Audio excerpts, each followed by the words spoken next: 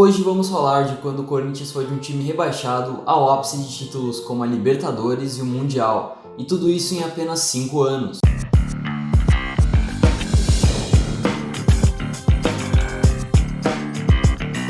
Na virada da década de 90 para 2000, o Corinthians viveu tempo de glórias com títulos importantes como o Brasileiro de 98 e 99, o Mundial de 2000 e também o Campeonato Brasileiro de 2005. E nessa época também viveu grandes craques como Tevez, Nilmar, Edilson, Marcelinho Carioca, Rincon. Porém, a nova fase do Timão começou pouco mesmo antes de 2005, quando em dezembro de 2004 o então presidente Alberto do Alibe, junto com o empresário Renato do Prati, buscavam investidores para o clube que estava com uma dívida milionária e sem dinheiro para reforçar o elenco, que não era grande coisa ao fim de 2004. Eis que o Corinthians fecharia um acordo que iniciaria uma era bem conturbada para o clube. Assinou um contrato com o fundo de investimento MSI, do empresário Kia Joorabchian, e nele dizia que a MSI teria total controle do departamento de futebol do Corinthians por 10 anos. E enquanto isso, ela injetaria dinheiro de investidores no clube para a contratação de reforço, a fim de montar um elenco forte e para que aí ganhasse título.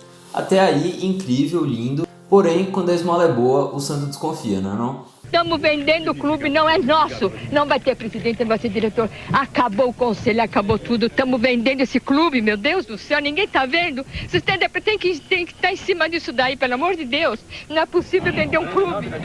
No primeiro ano de contrato, até que tudo correu bem. A MSI fez a parte dela, investindo cerca de 115 milhões para contratar reforços, trazendo craques como Tevez, Nilmar, Carlos Alberto, Roger e o técnico Daniel Passarella. E como já falei mais cedo nesse vídeo, esse investimento rendeu a conquista do título brasileiro de 2005. Até aí ok, mas tudo começou a desmoronar já no ano de 2006. Surgiram inúmeras investigações policiais sobre o dinheiro investido da MSI, e acusações não faltaram contra o presidente Alberto do Alibe e o empresário Kia. Entre elas, formação de quadrilha, sonegação fiscal e lavagem de dinheiro. Coisa boa não ia dar enquanto esses homens comandassem o timão. Então, em junho de 2007, Kia e a MSI abandonaram o Brasil e, por consequência, o Corinthians.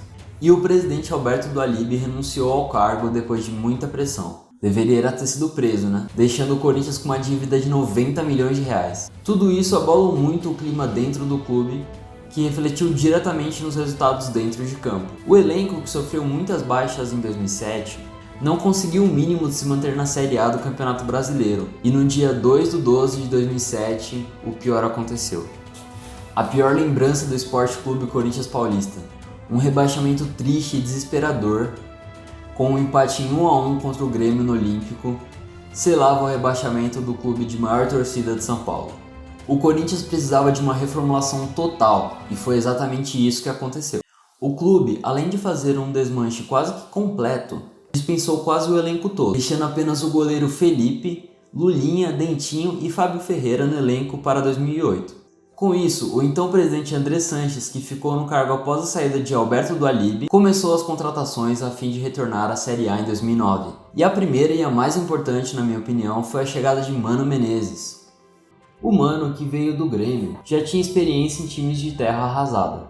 Quando pegou o Grêmio em 2005, pouco após o rebaixamento do time gaúcho, e trouxe o time até a Série A e até a final da Libertadores de 2007. Mano, que chegou ao Parque São Jorge apenas 2 dias depois do rebaixamento, foi responsável por reformas importantes dentro do clube. Entre elas, ordenou a reforma do vestiário do CT na Fazendinha, além, é claro, dos pedidos de contratações, entre elas Chicão, Alessandro, William, Herrera, André Santos. Enfim, foram no total 26 contratações para o ano de 2008. No início da temporada, o Corinthians ainda foi eliminado na primeira fase do Campeonato Paulista, ficando apenas a 2 pontos de ir para a semifinal. Um começo não muito bom para quem precisava, mais do que tudo, de uma notícia positiva após o capítulo mais triste de toda a história acontecer. O dia 10 de maio de 2008 veio, e com ele, o Timão fez a sua estreia na Série B. Num jogo contra o CRB no Pacaembu, o Corinthians saiu perdendo, mas conseguiu a virada e conquistou uma vitória por 3-2 e seus primeiros 3 pontos na tabela. O restante do campeonato foi um passeio. O Corinthians conquistou 85 pontos no total e foi campeão com sobra, com destaque para o jogo contra o Ceará, no qual conquistou o acesso de volta de onde nunca devia ter saído. Voltou para a Série A. E não foi só o acesso e o título da Série B que teve de notícia boa em 2008. No dia 9 de dezembro de 2008, foi anunciada uma das maiores contratações da história do clube. André Sanches conseguiu a contratação de Ronaldo Fenômeno, trazendo muito dinheiro de patrocínio, marketing e venda de camisas para o clube. Além da campanha avassaladora na Série B em 2008, o Timão também conseguiu chegar até a final da Copa do Brasil no mesmo ano, porém amargurou um vice-campeonato para o Sport de Recife, graças à regra do gol fora de casa e também ao árbitro que apitou o jogo de volta, que ajudou muitos pernambucanos. Já no início de 2009, as expectativas eram muito altas para ver o Fenômeno em campo, e foi contra o Itumbiara numa partida pela Copa do Brasil que o Fenômeno fez a sua estreia.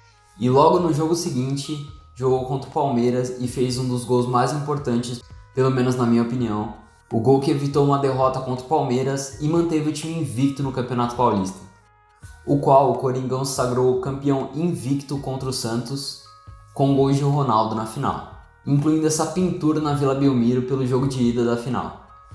E assim, o Corinthians conquistou o primeiro título pós-rebaixamento.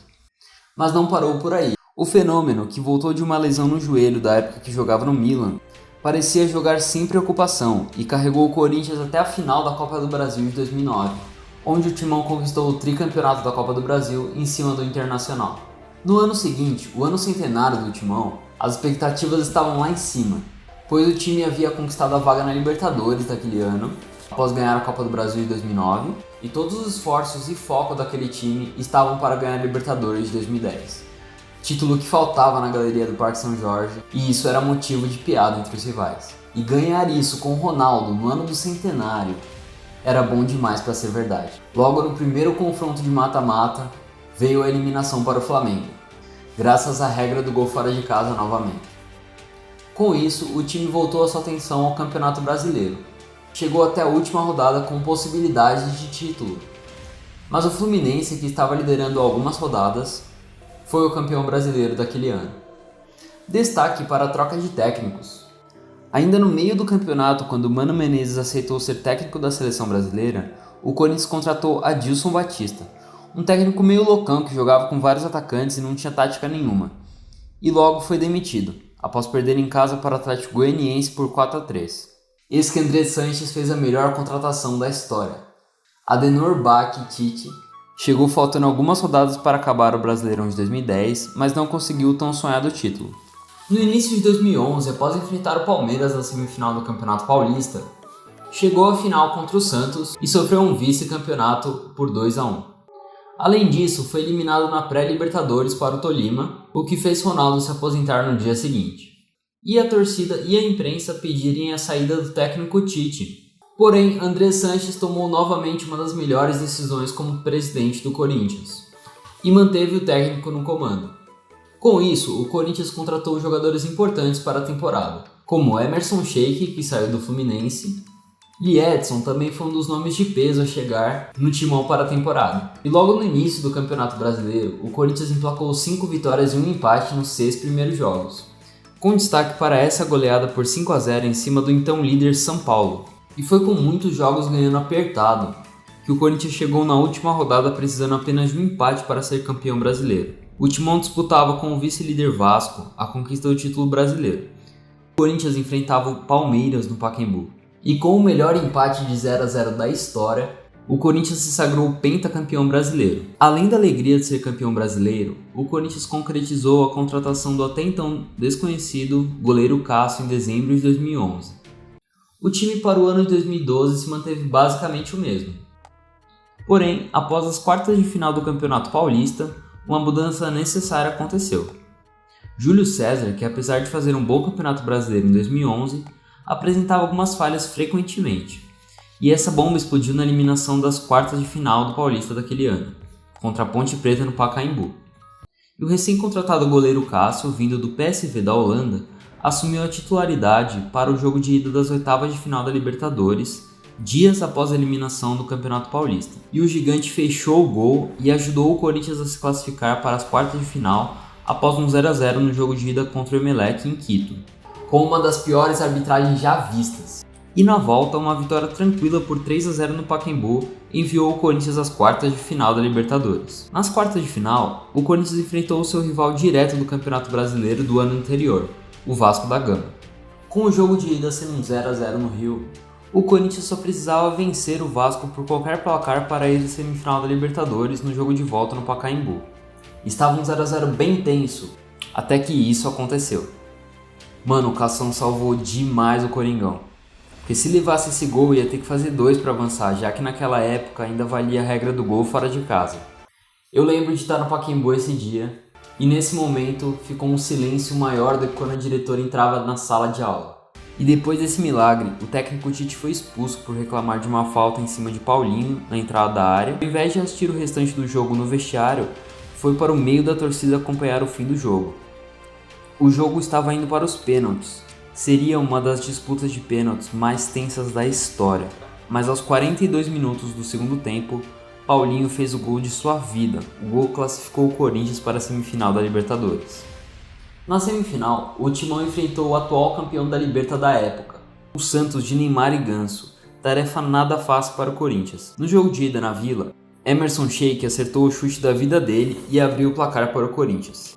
O Timão ainda sofreu muito com a pressão do Santos e a arbitragem bem questionável que expulsou o Emerson Sheik de forma duvidosa, porém o gigante Cássio estava lá para assegurar a vitória no jogo de ida. Na volta, só um empate no Pacaembu bastava para o Corinthians chegar à sua primeira final de Libertadores da história. Porém, no primeiro tempo, o Santos abriu o placar com um gol de Neymar.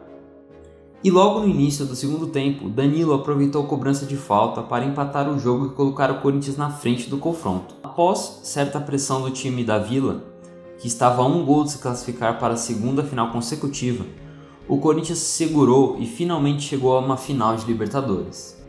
No primeiro jogo da final, contra o temido Boca Juniors na temida La Bombonera na Argentina, o Timão até tenta chegar ao gol, mas foi Schiavi, zagueiro do Boca Juniors, quem abriu o placar para os argentinos. E a invencibilidade do Timão na Libertadores estava indo para o brejo, quando Tite pôs Romarinho no lugar de Danilo, que no seu primeiro toque na bola encobriu o goleiro Orion para empatar a partida. E pouco após esse gol, ainda teve um susto, uma bola na trave de uma cabeçada do jogador do Boca, mas ficou em 1-1 o jogo de ida. E assim, uma vitória simples bastava no Pacaembu no dia 4/7 de 2012. O Corinthians jogou como sempre havia feito na competição daquele ano, consistente, com boas chegadas ao ataque. O placar foi aberto apenas no segundo tempo. Após cobrança na área, Emerson Sheik fez seu primeiro gol da partida. E logo após falha da defesa do Boca, liquidou a fatura e garantiu o primeiro título da Libertadores para o Timão. Já no Brasileiro, o Corinthians foi regular e encerrou o campeonato em 6º lugar. Mas o foco da segunda parte do ano estava realmente no Mundial de Clubes, que aconteceria em dezembro. E antes do clube embarcar para o Japão, a Fiel fez isso aí no aeroporto de Cumbica. E nos registros oficiais, 30 mil torcedores do Corinthians emitiram visto para entrar no Japão. Porém, calcula-se em torno de 40 a 50 mil torcedores no total, pois além dos 30 mil que emitiram visto no Brasil, tiveram aqueles corintianos que moravam fora do país, que viajaram até o Japão para ver o Coringão. E isso nenhuma outra torcida do mundo faz, colocar 40 a 50 mil torcedores do outro lado do mundo. Já no primeiro jogo na semifinal, o Corinthians enfrentou o Al-Ahly do Egito, e foi com esse gol do Guerreiro e nada mais que o Corinthians jogou, que o time de Tite se classifica para a final contra o Chelsea. E foi no dia 16/12 de 2012, o dia em que o Corinthians de Tite enfrentou o Chelsea da Inglaterra pelo título mundial de clubes. Poucos momentos antes de entrar em campo, ali no túnel que dá acesso ao estádio, há relatos de jogadores do Corinthians que os jogadores não brasileiros do Chelsea olharam com desdém para o time do Corinthians. Tipo, quem é esses coitados perto de nós? Logo no início do jogo, veio o primeiro susto, mas Cássio estava inspirado e fez sua primeira intervenção que salvou o que seria o gol do Chelsea. O Corinthians não se intimidou com o Chelsea, jogou um futebol corajoso e com personalidade, chegando algumas boas vezes ao ataque, mas ainda no primeiro tempo com chutes para fora do gol do Petr Cech. Já no segundo tempo, o Cação salvou-nos mais algumas vezes, e aos 23 minutos veio a jogada que eu nunca vou esquecer na minha vida. Olha a chance agora, Danilo limpou, pé direito, bateu, o toque de cabeça, olha o gol, olha o gol, olha o gol, olha o gol, olha o gol, olha o gol, olha o gol,